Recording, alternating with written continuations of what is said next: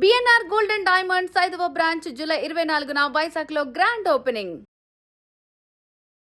ఐర్లాండ్తో T20 సిరీస్లో భారత జట్టు ఘోరమైనటువంటి ఓటమి తర్వాత 2-0తో క్లీన్ స్వీప్ అవ్వడం తర్వాత దేశవ్యాప్తంగా తీవ్ర విమర్శలు వచ్చిన సంగతి మనందరికీ తెలిసిందే. దీనికి సంబంధించి ఒక్కొక్కరుగా అభిప్రాయం చెప్తున్నారు. ఎందుకంటే వైభవ్ సూర్యవంశీని పక్కన పెట్టడం, అదేవిధంగా ప్లేయింగ్ 11ని సరిగా తీసుకోలేకపోయారు, దీనికి కెప్టెన్ శ్రేయస్ అయ్యర్ కారణం అంటూ రకరకాల కామెంట్లు చేశారు. కానీ తాజాగా దీంట్లో కెప్టెన్ శ్రేయస్ అయ్యర్ కాదు, వెనుకొండి నడిపించిన గౌతమ్ గంభీర్ పాత్ర అతి కీలకమైనది, అతన్ని ఎందుకు ఎవరేమనట్లేదంటూ తాజాగా మాజీ భారత క్రికెటర్ మనోజ్ తివారీ ఈ ఘోరమైనటువంటి పరాజయం పైన తీవ్రంగా స్పందించారు. Team India head coach Gautam Gambhir పేరును ఎక్కడా నేరుగా ప్రస్తావించకుండానే ఆయన తీసుకున్నటువంటి వివాదాస్పద నిర్ణయాలను తీవ్రంగా తప్పుపట్టారు. టీం సెలక్షన్ సమయంలో గంభీర్ కొంతమంది సీనియర్ ఆటగాళ్లపైన అతిగా నమ్మకం ఉంచారని, ఆ నిర్ణయాల వల్లే భారత్కు ఈ అవమానకరమైనటువంటి ఓటమి ఎదురైందంటూ కూడా క్రికెట్ ఫ్యాన్స్ గట్టిగా ఇప్పుడు నమ్ముతున్నారు. అందులో జట్టులో అవసరానికి మించి ఆల్రౌండర్లపైన ఆధారపడడం భారత జట్టుకు తీవ్ర నష్టాన్ని చేకూరుస్తుందంటూ మనోజ్ తివారీ కూడా విశ్లేషించారు. మనం కూడా చెప్పడం జరిగింది, అంతకుముందు అనవసరంగా ఆల్రౌండర్స్ని ఇంతమందిని తీసుకున్నారు. రెగ్యులర్గా అద్భుత ఫామ్లో ఉన్నటువంటి పిల్లోడిని ఇంటర్నేషనల్కి సెలెక్ట్ చేసి జెర్సీ ఇచ్చి ఇంట్రడ్యూస్ చేయకుండా పక్కన కూర్చోబెట్టి అద్భుతమైన ఫామ్లో ఉన్న బ్యాట్స్మెన్ని అనవసరమైనటువంటి చోట ఆల్రౌండర్లను ఇరికించారు అక్కడ. తను కూడా మనోజ్ తివారీ అదే చెప్తున్నాడు. ఈ సిరీస్ ఘోర ఓటమి తర్వాత మనోజ్ తివారీ తన అధికారిక ఎక్స్ ఖాతాలో ఒక సుదీర్ఘమైనటువంటి వీడియోను కూడా పంచుకున్నారు. ఓటమికి గాను కొత్త టీ20 కెప్టెన్ శ్రేయస్ అయ్యర్ను బలిపశువును చేసే ప్రయత్నాలు జరుగుతున్నాయని ఆరోపించారు. ఈ సిరీస్ ఓటమికి గల మొత్తం నిందను శ్రేయస్ అయ్యర్ తలపైన నెట్టడాన్ని పిఆర్ ఏజెన్సీలు, మేనేజ్మెంట్లో నిర్ణయాలు తీసుకునే పెద్దల సన్నిహితులు ఇప్పటికే రంగంలోకి దిగారంటూ కూడా ఆ విషయం నాకు బాగా తెలుసు అంటూ తివారీ సంచలన వ్యాఖ్యలు కూడా చేయడం జరిగింది. ఈ ఘోర పరాజయం కేవలం శ్రేయస్ అయ్యర్ వల్ల మాత్రమే రాలేదని ఆయన స్పష్టం చేశారు. జట్టులోని మిగతా బ్యాటర్లు కూడా ఘోరంగా విఫలమయ్యారని గుర్తు చేశారు. కానీ ప్రస్తుత క్రికెట్ సిస్టమ్ మాత్రం కేవలం శ్రేయస్ అయ్యర్ను మాత్రమే టార్గెట్ చేస్తుందని ఆవేదన వ్యక్తం చేశారు. అసలు సమస్య మైదానంలో ఆడే ఆటగాళ్లలో లేదని, డ్రెస్సింగ్ రూమ్లో కూర్చొని నిర్ణయాలు తీసుకునేటువంటి ఆ వ్యక్తి మీన్స్ ఇండైరెక్ట్గా గౌతమ్ గంభీర్ని మెన్షన్ చేస్తూ అన్నాడు. ఆయన నిర్ణయాలను ప్రశ్నించే ధైర్యం ఎవరికీ లేకపోవడమే అసలు ఇబ్బందని తివారీ మండిపడ్డారు.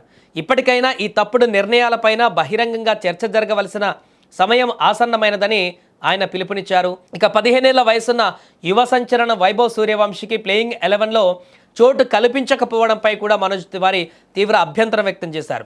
వైభవ్ను మొదటి మ్యాచ్ నుంచి ఎందుకు ఆడించలేదు? టీ20 ప్రపంచ కప్లో బాగా ఆడిన కొందరు ఆటగాళ్లు ఐర్లాండ్పై కూడా అదే ప్రదర్శనను పునరావృతం చేస్తారని మీరు గుడ్డిగా ఎలా నమ్ముతారంటూ కూడా ఈ సందర్భంగా ప్రశ్నించారు. రెండవ టీ20 మ్యాచ్లో వాషింగ్టన్ సుందర్ లాంటి సీనియర్ను పక్కన పెట్టి prince Yadav, Suryansh షెడ్జేలకు debut chance ఇవ్వడానికి కూడా ఆయన తప్పుపట్టారు. జట్టు ఎంపికలో కన్సిస్టెన్సీ లోపించిందని దుయ్యబట్టారు. ఐర్లాండ్ లాంటి చిన్న జట్టు చేతిలో భారత్ సిరీస్ ఓడిపోవడం అత్యంత నిరాశాజనకమంటూ కూడా ఆ విషయమని కూడా మనోజ్ తివారీ తీవ్ర అసంతృప్తిని వ్యక్తం చేశారు. But what about the series lost against Ireland which happened today? Who is going to be accountable for it?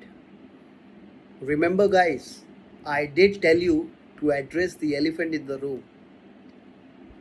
But no, nobody believed in my words. Nobody cared.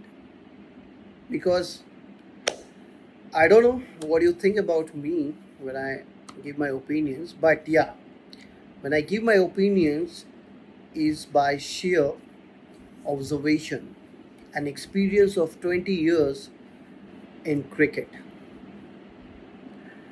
I know the PR agencies, the friends of the so-called decision maker will start pinpointing the blame to the captain Shreyas Iyer. Let me remind you all that it's not only Shreyas Iyer's fault as a batter, it is also the fault of other batters who were not able to perform in the second game and also in the first game itself. But the mechanism will pinpoint and corner Shreyas Iyer for the series loss. I'm again saying it is not the players, it is the elephant who is sitting quietly in the room and most of the time getting unaddressed. It's high time that we address this issue.